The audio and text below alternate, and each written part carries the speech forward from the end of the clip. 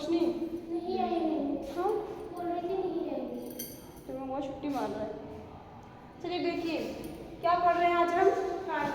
Carbohydrate पढ़े। Carbohydrate में हमने इसके पिछली क्लास में कहाँ तक जाना था कि जो कार्बोज है, जो अनाज है, वो क्या है? कार्बोहाइड्रेट प्राप्ति का सबसे सस्ता और सरल साधन है। ठीक है, अब हम देखते हैं ये प्राप्त होता कैसे है। कार्बोज प्राप्ति का मुख्य स्रोत क्या होता है?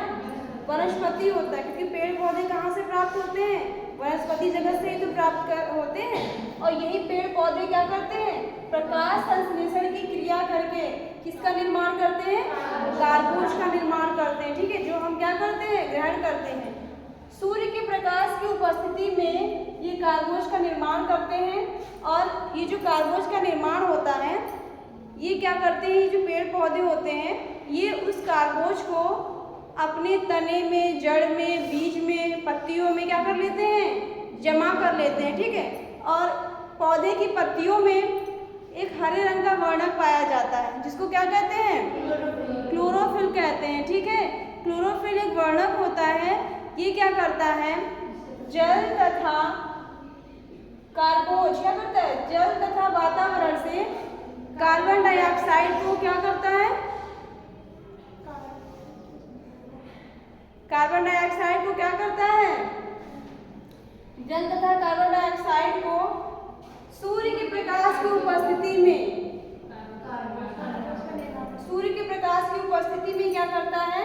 जल और वातावरण से कार्बन डाइऑक्साइड लेता है और सूर्य की प्रकाश की उपस्थिति में किसका निर्माण करता है?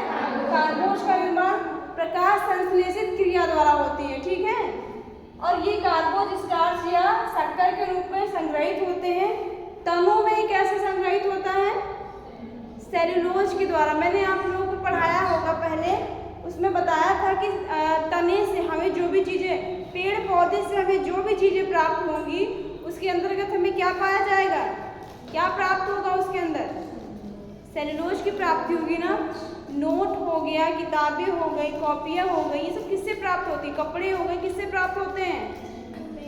सेल्यूलोज, क्योंकि प्राकृतिक जगत से ही तो बनता है। और ये जो बनते हैं किससे बनते हैं? रेशे किससे बनते हैं? अधिकतर रेशे तो इसी से बनते हैं ना, पेड़ पौधों के तनों से बनते हैं, उनकी पत्तियों से बनते हैं। यही तो होता है। कपास किससे बनता है? कपास क्या है? रेशा है ना। तो ये किससे बनता है? पौधों से तो प्राप्त होता है। तो जो भी चीज़ें हमें पेड़ पौधों से प्राप्त होगी, उन सभी में किसकी मात्रा उपस्थित होगी? सेल्यूलोज की। अगर बात करें बीज की, तो बीज में स्टार्च की मात्रा सबसे ज़्यादा होती है। ठीक है, बीज में हम जो अनाज खाते हैं वो क्या है? बीज ही तो है। किससे प्राप्त हो रहा है?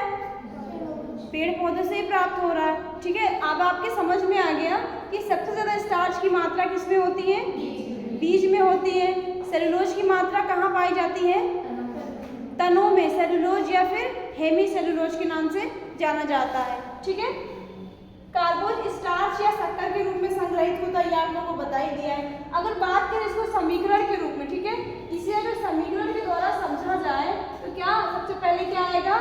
Chlorophyll plus 6CO2 plus 6H2O, बताया था ना, वातावरण से जल और कार्बन डाइऑक्साइड को संग्रहित करके। ठीक है, प्लस सूर्य का प्रकाश, और उसका क्या कर देता है? प्रकाश संश्लेषण की क्रिया होती है, और उस क्रिया के द्वारा हमें क्या प्राप्त होता है?